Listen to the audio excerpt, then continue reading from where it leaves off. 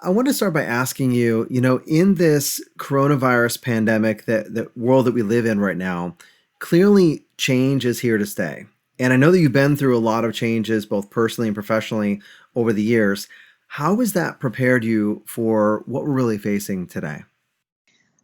Well, great question. For me, I've feel like if I was living through this pandemic experience even a decade ago, how I'd be navigating it would be incredibly different. First of all, my kids would have been younger, but also I wouldn't have been through, as you mentioned, both the professional and personal changes I've been through over the last 10 to 15 years. And so with each experience I've had, and sometimes the lessons come later. I've learned how to build my muscle and how to be in change. So it doesn't mean I love every time a change is happening. It doesn't mean I'm thrilled about every aspect that's happening right now around COVID, especially because I actually have no idea what the next 12 to 18 months is going to look like for the type of work that I do.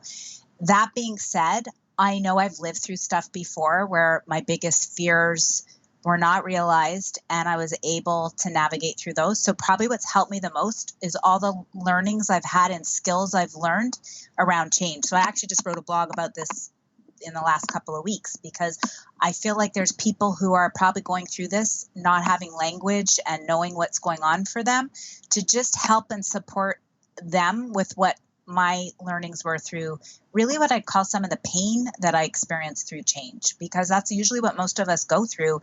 We're all dealing with some form of loss. Some people are, dealing with loss of not being able to go into the work environment anymore.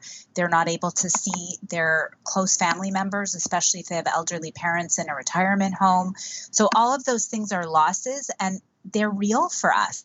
Like we perceive these as a threat. So that's how I've helped myself right now is I find my approach has been actually quite peaceful and calm. And I say to everybody, ask me in 2 months how I am doing. Yeah, yeah.